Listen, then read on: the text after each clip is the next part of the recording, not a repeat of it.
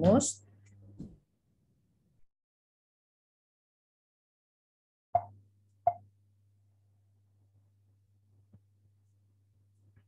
Oke, apa yang dimaksud dengan strabismus? Ya, strabismus di sini adalah kita ada beberapa definisi, yaitu penyimpangan mata bermanifestasi tidak dapat dikontrol oleh penglihatan binokular.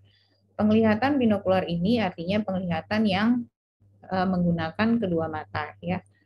Jadi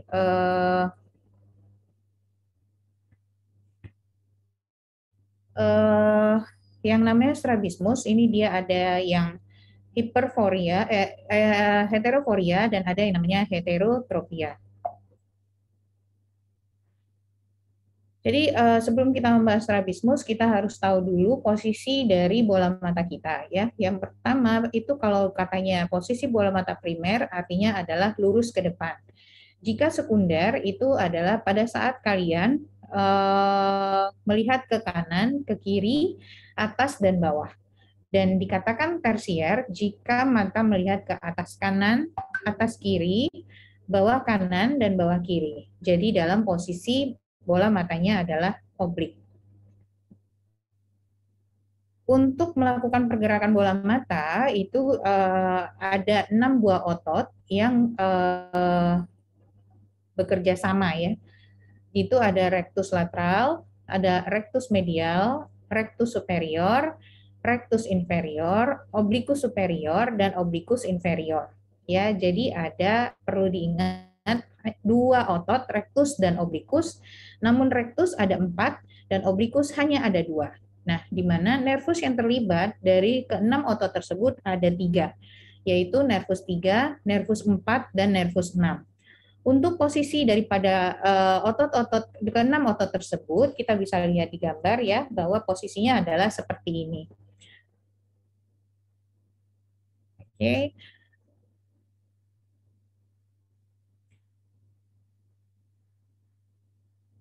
Ini adalah fungsi dari keenam otot tersebut, ya. Kalau musculus rectus lateral itu dia hanya mempunyai fungsi primer, tidak ada sekunder dan tidak ada tersier. Fungsinya adalah lateral, yaitu untuk menjauhi untuk mata menjauhi daripada center, ya. Dan kalau medial untuk mendekati dari center wajah. Center wajah yaitu kita patokannya adalah hidung, ya. Jadi dia untuk menjauhi abduksi dan untuk mendekat yaitu abduksi. Selanjutnya untuk musculus rectus superior ini memiliki untuk fungsi primernya adalah elevasi, ya, untuk melihat ke atas, dan fungsi sekundernya adalah adduksi dan intorsi. Intorsi ini adalah maksudnya berputar ke arah dalam. Lalu untuk musculus rectus inferior ini ada primernya adalah depresi, ya, untuk melihat ke bawah, dan sekundernya adalah adduksi dan ekstorsi. Untuk obliquus superior, fungsi primernya adalah intorsi, dan sekundernya adalah abduksi dan depresi. Dan untuk obliquus inferior, ini primernya adalah ekstorsi, ya, dan sekundernya adalah abduksi dan elevasi. Ini adalah tadi yang saya katakan, ya, fungsi daripada keenam otot tersebut, bahwa dia ada primer dan sekundernya. Dalam pergerakan bola mata ini dia ada perlu kita ketahui yaitu adanya hukum Hering. Hukum Hering ini adalah agar gerakan kedua mata berada dalam arah yang sama, otot-otot agonis yang berkaitan harus menerima persyarafan yang setara. Jika tidak menerima persyarafan yang setara dan kekuatan otot yang setara dalam pergerakan bola mata, nanti akan bisa mengakibatkan terjadinya strabismus. Dan pada pergerakan bola mata, kalian juga harus tahu ada yang namanya yoke pair. Yoke pair itu yaitu pasangan otot agonis dengan kerja primer yang sama. Baik, ini adalah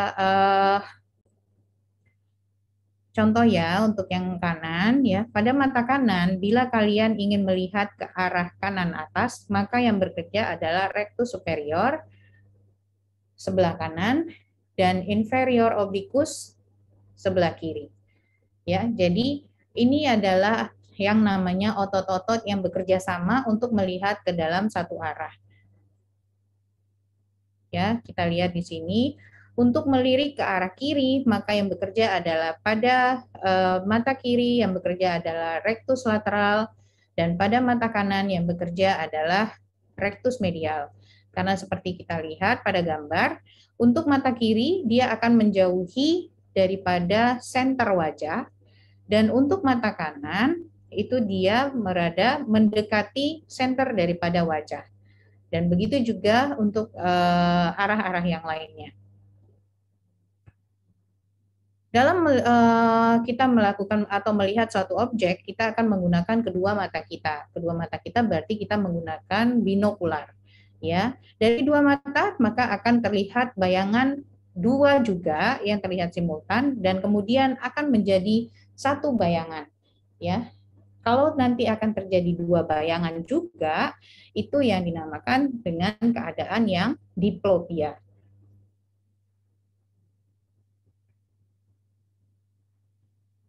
Jika kita melihat pada satu objek dengan satu mata, maka tidak akan terbentuk yang namanya fusi, ya, penggabungan dua bayangan tadi. Jadi kalau pada monokular tidak ada yang namanya fusi, ya, perlu diingat. Nah, ini ada syarat agar penglihatan binokular menjadi sensasi tunggal, ya, menjadi satu bayangan. Yang pertama yaitu bayangan benda yang jatuh di fovea itu sama dalam semua gradasi. Baru bayangan benda terletak pada kedua fovea sentralis. Baru yang ketiga, bayangan yang diteruskan ke dalam susunan saraf pusat dapat menilai kedua bayangan menjadi bayangan tunggal. Jadi yang pertama tadi, ya. Jadi dari kedua mata terbentuk dua bayangan, lalu terjadi fusi sehingga dia menjadi satu bayangan tunggal. Nah, ini ada yang dinamakan supresi. Supresi ini adalah keadaan di mana pada mata yang satu melakukan penekanan pada mata yang lain, ya. Jadi otak mengabaikan bayangan mata benda yang lain untuk mencegah diplopia. Oke. Hal ini biasanya terjadi pada juling kongenital atau satu mata sering berdeviasi, ya. Deviasi itu artinya juga matanya bergulir. Oke. Dan yang berikutnya adalah mata deviasi berganti. Oke, mata deviasi berganti. Hal ini sering terjadi juga pada mata yang mengalami ambliopia, ya. Ambliopia misalnya ambliopia strabismus, nanti akan ada pembahasan lebih lanjut. Jadi kita mulai dengan strabismus ini, ya. Strabismus ini ada yang laten. Laten itu artinya tidak menetap, ya. Dia akan timbul sesaat lalu akan kembali menjadi normal. Itu yang disebut dengan foria. Oke. Yang kedua ada yang manifest. Manifest ini artinya menetap. Jadi mata julingnya tidak akan hilang, ya. Jadi ini istilahnya disebut dengan tropia. Ini harus diingat, ya. Laten adalah foria dan manifest adalah tropia. Untuk foria ini hanya muncul setelah penglihatan binokularnya terganggu. Dan untuk tropia terjadi pada kondisi penglihatan binokuler. Oke. Artinya bagaimana? Nah, artinya pada yang foria, misalnya nih kamu melihat mata teman kamu, oh dia tidak ada juling kok, kamu lihat nih, ya. Namun pada saat dia lelah atau pada saat matanya kamu suruh menutup satu, maka akan terjadi matanya bergulir, baik ke arah dalam maupun ke arah luar, ke atas, ataupun ke bawah. Oke. Dan kalau tropia, tropia ini pada saat kamu melihat mata dari teman kamu atau siapapun yang kamu lihat, maka langsung udah terlihat, oh matanya juling, baik di satu mata ataupun di kedua mata. Oke. Jadi kalau foria ini ada yang namanya ortoforia dan ada yang namanya heteroforia. Ortoforia ini adalah kerja otot luar bola mata seimbang sehingga memungkinkan terjadinya fusi tanpa usaha apapun. Oke. Lalu kedua bola mata kedudukannya tidak berubah walaupun refleks fusinya diganggu. Artinya kamu tutup bola matanya atau keadaannya pada saat capek pun matanya tetap lurus ke depan. Ya, tidak ada matanya bergulir baik ke segala arah manapun. Jadi kalau pada orang normal, ya nanti kalau ditanya posisi bola mata pada orang normal disebut ortoforia. Ya. Selanjutnya ada yang namanya heteroforia. Heteroforia ini adalah kedudukan bola mata yang tidak normal. Oke. Jadi ini dia bisa bergulir ke dalam, bisa bergulir ke luar, bisa ke atas ataupun ke bawah, ya. Jadi kedudukan bola matanya normal, tetapi akan timbul penyimpangan bila refleks fusi diganggu. Oke. Penyebabnya heteroforia, ya, kita ingat bahwa foria berarti dia tidak menetap, bersifat sementara. Penyebabnya tidak seimbang atau insufisiensi otot penggerak bola mata. Biasanya keluhannya tidak ada, ya. Terkadang terjadi astenopia. Astenopia ini artinya adalah matanya lelah.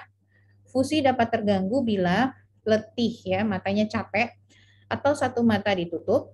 Sering timbul pada pekerjaan berjarak dekat. Artinya, ini misalnya pada orang-orang yang kerjanya di depan komputer terus, ya. Misalnya pada orang-orang yang IT ataupun pada orang-orang yang kerjanya memantau sesuatu dari laptop. Bisa juga pada yang tukang jahit. Pengobatannya bisa kita lakukan koreksi refraksi, manipulasi akomodasi, diberikan lensa prisma, dan diberikan botox. Yang pertama kita bahas adalah esoforia. Esoforia ini adalah penyimpangan tersembunyi ke arah nasal. Oke, fusi terbentuk di sini, ya, disebabkan insufisiensi divergen, akomodasi yang berlebihan, ya. Ini bisa terjadi pada kasus-kasus hipermetropia yang tidak dikoreksi dengan baik. Oke. Pengobatannya ini kita bisa berikan kita lakukan koreksi hipermetropia, ya, untuk menurunkan rangsangan akomodasi yang terlalu berlebihan. Lalu kita berikan miotikum untuk menghilangkan akomodasi. Lalu bisa kita berikan lensa prisma, ya, base out. Base out ini artinya kalau lensa prisma itu dia ada bagian yang runcing dan ada bagian yang menebal. Bagian yang runcing itu disebut dengan apex dan bagian yang menebal itu disebut dengan base. Jadi di bagian luar, base-nya di bagian luar, ya, di bagian lateral daripada mata si pasien. Itu yang disebut dengan base out.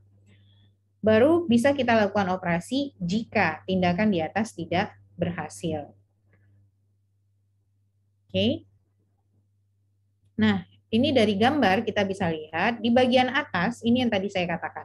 Kalau kamu melihat mata seseorang dengan posisi lurus ke depan, kamu akan menemukan posisi bola matanya adalah ortoforia. Oke. Namun pada saat diganggu bola matanya atau penglihatan binokularnya salah satu bola mata, oh ternyata pada mata kiri terjadi ada perguliran bola mata ke arah dalam. Oke. Ini dia yang disebut dengan esoforia. Untuk pemeriksaan itu disebut dengan uncover test, ya. Nanti akan saya jelaskan.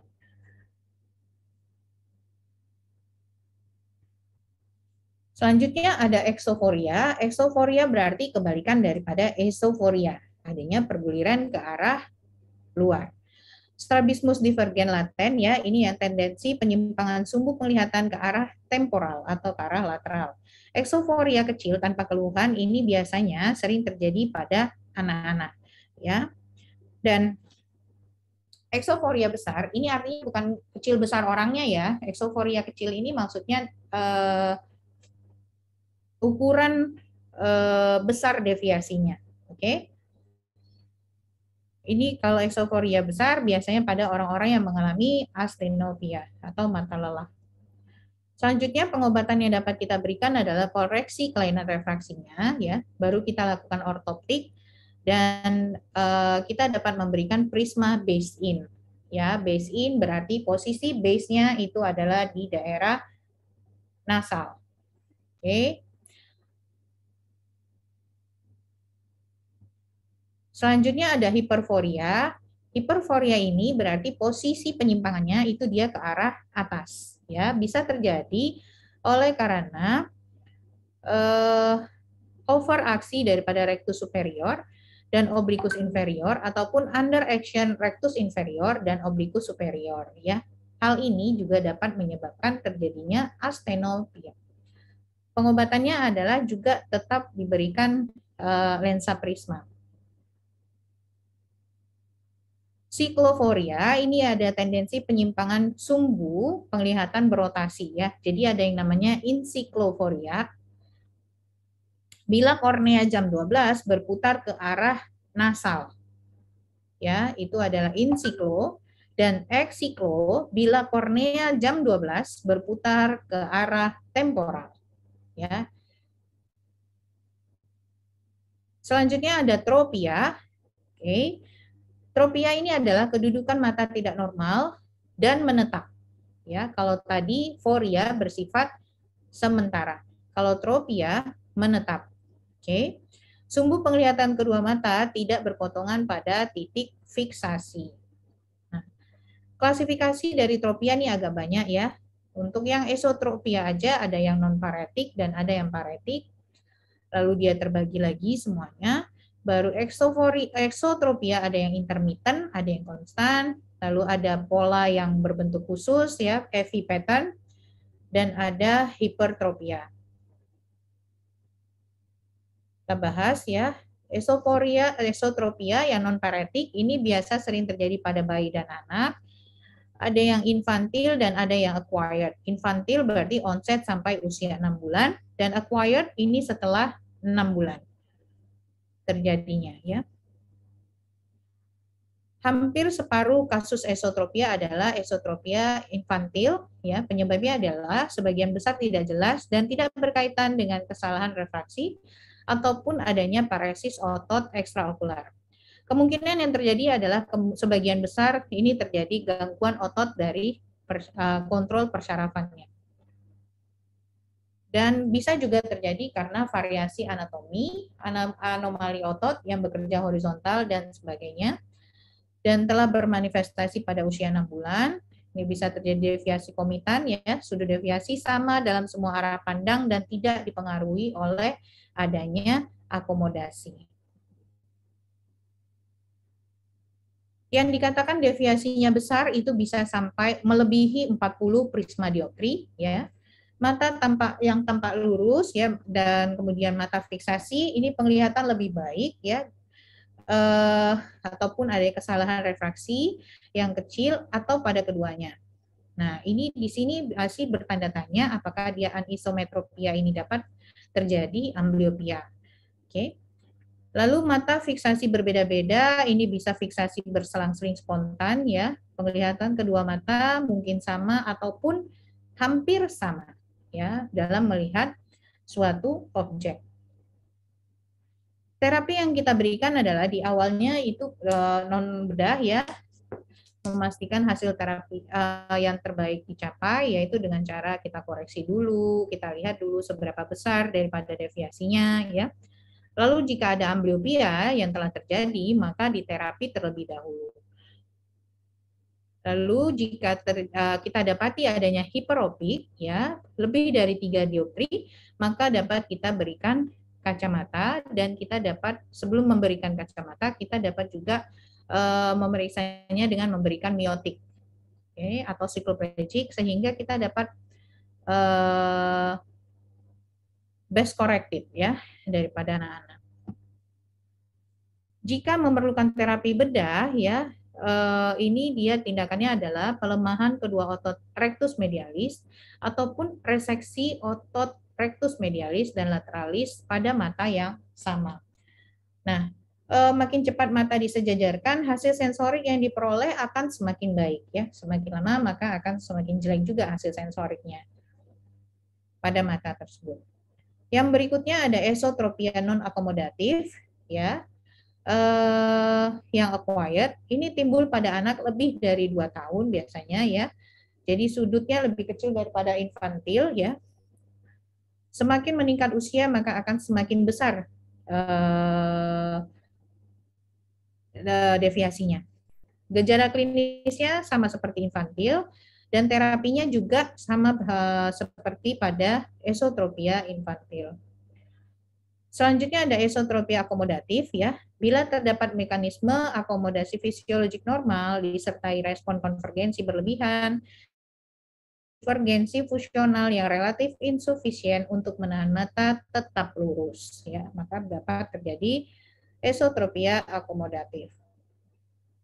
Jadi ada dua patofisiologi di sini ya. Yang pertama yaitu hipermetropia tinggi dan adanya Ka per A rasio yang tinggi.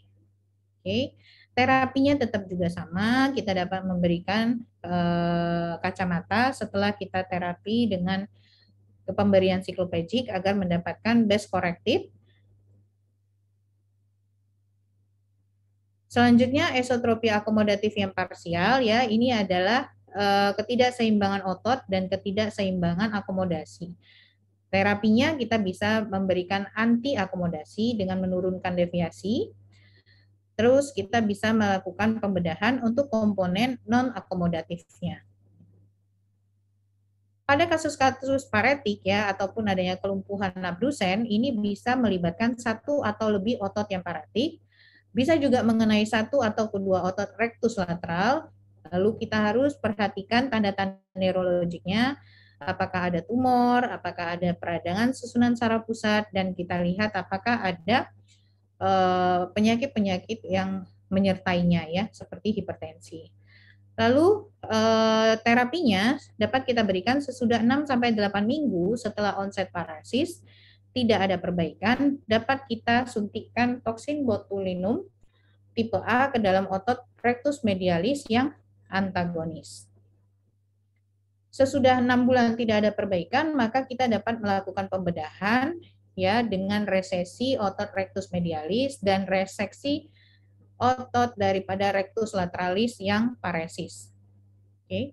Lalu pada paralisis abduksi yang total, kita dapat melakukan insersi otot rectus inferior dan superior, diubah ke insersi otot rectus lateral, lalu otot rectus medial diresesi atau dilumpuhkan sementara dengan disuntikan toksin botulinum A.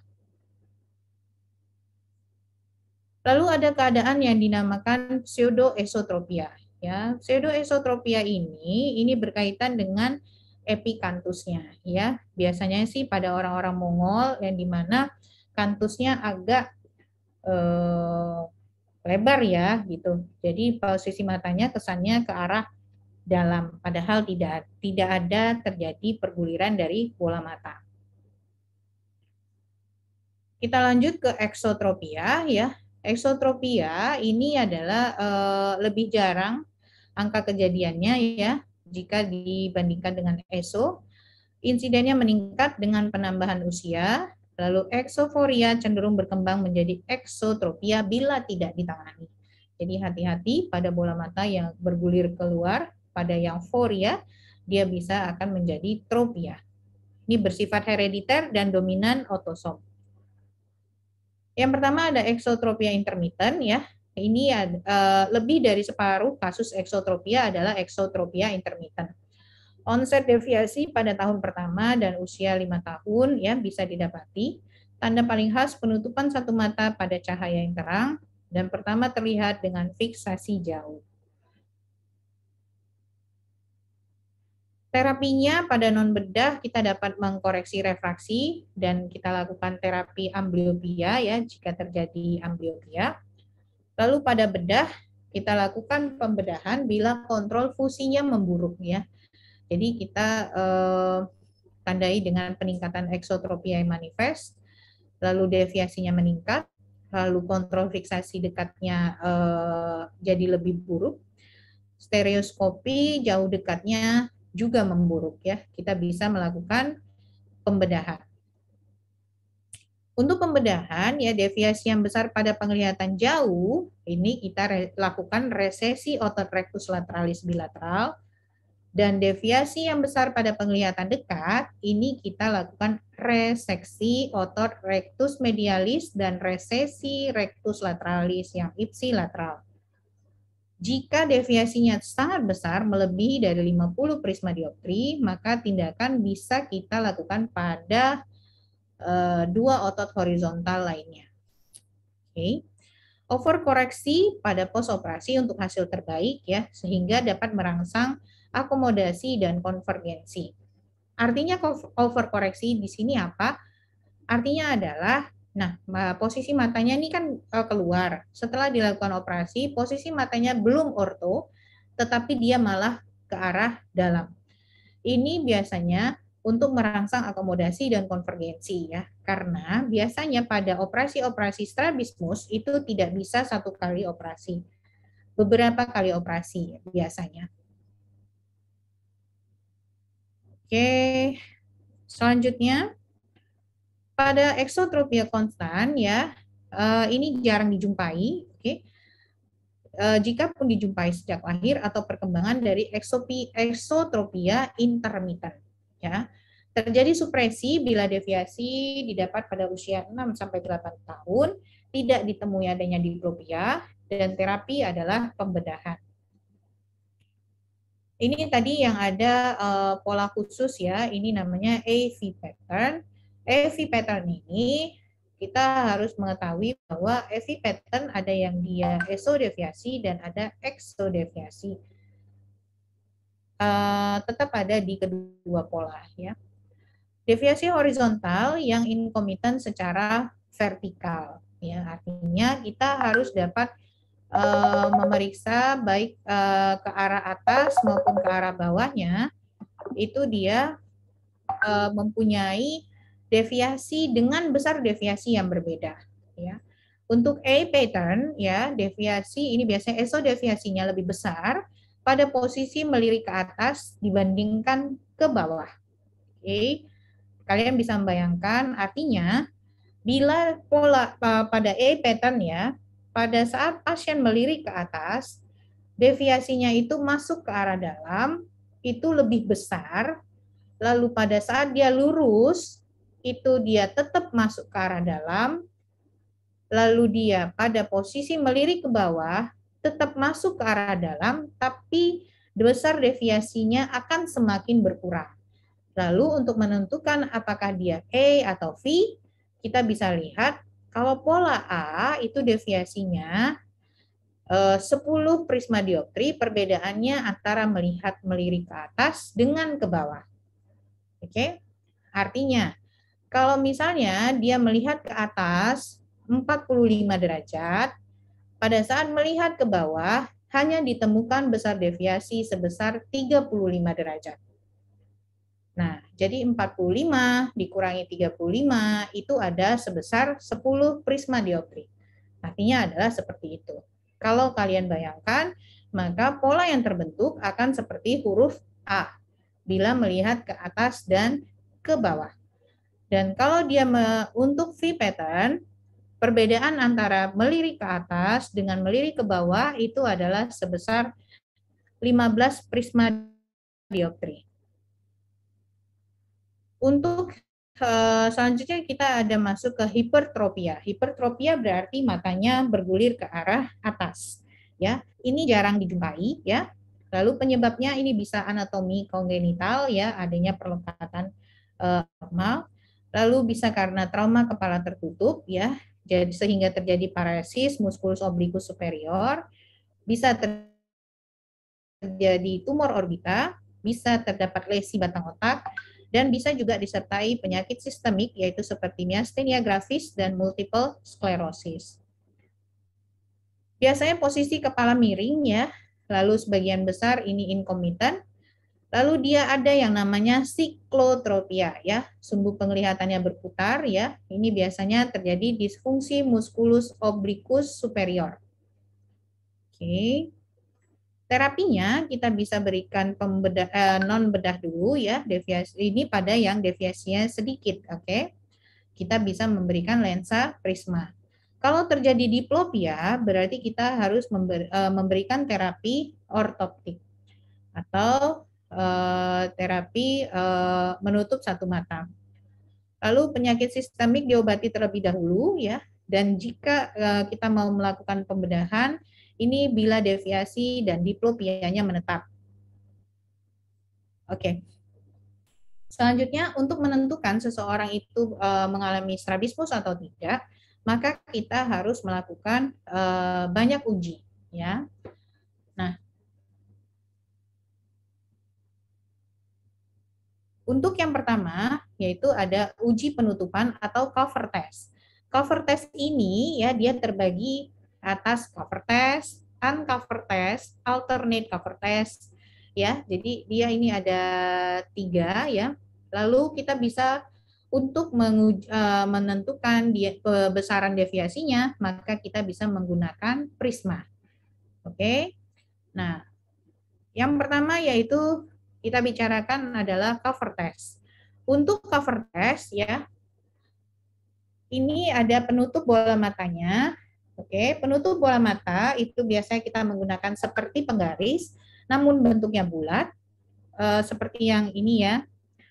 Kursor saya nampak nggak ya, Dek? Nggak ya? Nampak, Dok. Nampak ya? Nah, seperti ini penutupnya. Nah, penutupnya ini dia di bawahnya stick, oke. Penutupnya ini mata si pasien tidak bisa tembus ke arah luar, namun kita sebagai dokter, sebagai pemeriksa dapat melihat keadaan mata pasien ada bergulir atau tidak. Oke. Untuk yang pertama cover test kita melakukan penutupan biasanya diawali dengan mata kanan. Oke. Kita tutup lalu yang dinilai adalah mata yang tidak ditutup. Oke. Perlu dicatat, cover test ini kita pakai untuk pada mata yang tropia. Oke. Cover test tidak bisa digunakan pada yang foria. Ya. Jadi kita tutup mata salah satu yang dinilai adalah mata yang tidak ditutup, apakah ada bergulir atau tidak. Selanjutnya, kita melakukannya untuk kedua mata. Pertama mata kanan dulu, yang dinilai adalah mata kiri. Lalu kita berubah, tutup mata kiri, dan yang dinilai adalah mata kanan. Oke, itu untuk cover test. Selanjutnya untuk uncover test, kamu juga melakukan tetap masih pada kedua mata. Perlu diingat, uncover test ini dilakukan pada yang foria. Oke, foria perlu kita ingat. Foria artinya tidak bersifat menetap, hanya sementara. Kalian ganggu binokularnya, maka dia akan muncul apakah adakah bergulir ataupun tidak. Uncover test, caranya adalah kalian tutup matanya, lalu kalian buka, baru dinilai mata yang dibuka tadi. Paham ya bedanya ya? Jadi kalau uncover, ditutup dulu, dibuka, baru dinilai pada mata yang sama. Artinya kamu tutup mata kanan, kamu buka, lalu kamu lihat juga apakah adakah matanya bergulir di mata kanan. Oke. Lalu dilakukan kemudian pada mata kiri, ditutup juga, lalu dibuka, kamu lihat penilaian pada mata kiri. Itu yang namanya uncover test. Selanjutnya ada yang namanya alternate cover test. Alternate cover test ini merupakan gold standard dalam menentukan apakah ada deviasi pada orang tersebut atau tidak. Caranya adalah ditutup mata kanan, pindahkan ke kiri, pindahkan ke kanan, pindahkan ke kiri. Mata mana yang duluan kamu tutup tidak ada ketentuan, dan mata mana yang terakhir kamu tutup juga tidak ada ketentuan. Yang kamu lihat adalah nilailah mata mana yang ada pergerakan untuk yang terakhir sekali. Oke? Itu artinya mata disitulah terjadi abnormal posisi bola mata. Nah, pada strabismus, selain kita menentukan apakah ada deviasi, maka kita akan menentukan besar deviasi tersebut. Besar deviasinya itu dilakukan dengan uji penutupan dengan prisma. Untuk alternate cover test tadi, itu kamu bisa melakukannya pada yang tropia dan juga pada yang foria. Oke. Nah, untuk menentukan besar deviasi, kita menggunakan yang namanya lensa prisma. Lensa prismanya, jika posisi bola mata, kita lihat di sini ya, posisi bola mata kiri ini ke arah luar. Maka yang tadi saya katakan, ini adalah bentuk lensa prisma. Oke, Yang runcing ini adalah apex. Yang tebal ini adalah base. Kita lihat posisi bola mata jika keluar, maka posisi base harus base in. Base in ini artinya berada base-nya ini di arah nasal. Oke. Begitu juga jika posisi bola mata ke arah,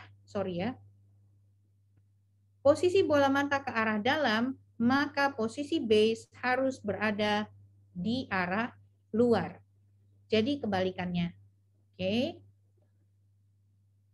Untuk pemeriksaan selanjutnya ada yang namanya Maddox rod. Ya, Maddox rod ini adalah kita menggunakan lensa merah, lalu kita ada titik ya, di sini ya ada cahaya yang keluar. Kita lihat hasilnya di sini. Jadi ini mata yang ditutup dengan lensa merah tadi. Kalau posisi bola mata yang normal, maka no horizontal foria. Oke. Titik yang jatuh akan tepat berada di garis merah. Jika keadaannya esoforia, maka posisi bola mata akan ke arah dalam titik cahayanya ya. Dan begitu juga dengan esoforia. Selanjutnya, untuk pemeriksaan ada yang namanya Hirschberg test. Hirschberg test ini kita melakukan pemeriksaan, tapi ini bukan merupakan gold standar ya. Ini adalah pemeriksaan dasar. Hirschberg test ini adalah untuk menentukan posisi bola mata dari seseorang ya. Caranya adalah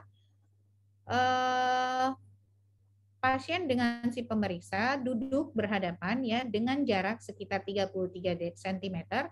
Lalu kalian arahkan menggunakan senter, arahkan ke arah glabella pasien, maka kalian lihat titik cahaya yang jatuh di pupil pasiennya. Untuk normal, kalian lihat di baris pertama ya, titik cahaya yang jatuh adalah di tengah pupil. Oke, titik cahaya yang di baris kedua, ini titik cahaya, sebenarnya ini baris pertama udah bergeser juga ya untuk mata kirinya. Ini kira-kira di pinggir pupil, ini adalah kira-kira di pinggir kornea atau di limbus. Oke, dan ini ada titik cahayanya sudah di luar limbus. Nah, untuk menentukan berapa besar deviasinya, maka perlu diingat pada pemeriksaan Hirschberg test, 1 mm itu besar deviasinya adalah sebesar 7 derajat. Namun, jika 2 mm, maka dia besar deviasinya adalah 15 derajat. Jadi yang normal itu letak titik cahayanya itu adalah di center. Namun jika dia sudah berada di pinggir pupil, ya misalnya nih di pinggir pupil tapi ke arah luar, maka besar deviasinya adalah 15 derajat. Jika dia di antara pinggir pupil dengan pinggir kornea, maka sebesar 30 derajat. Oke, dan jika terletak di pinggir kornea, maka dia sebesar 45 derajat. Oke. Yang perlu diingat adalah semakin keluar titik cahaya yang kalian dapati, maka posisi bola mata akan semakin ke arah dalam. Ini kebalikan juga ya. Dan semakin ke dalam arah titik cahaya yang kamu dapati pada pasien, maka posisi bola mata akan semakin ke arah luar.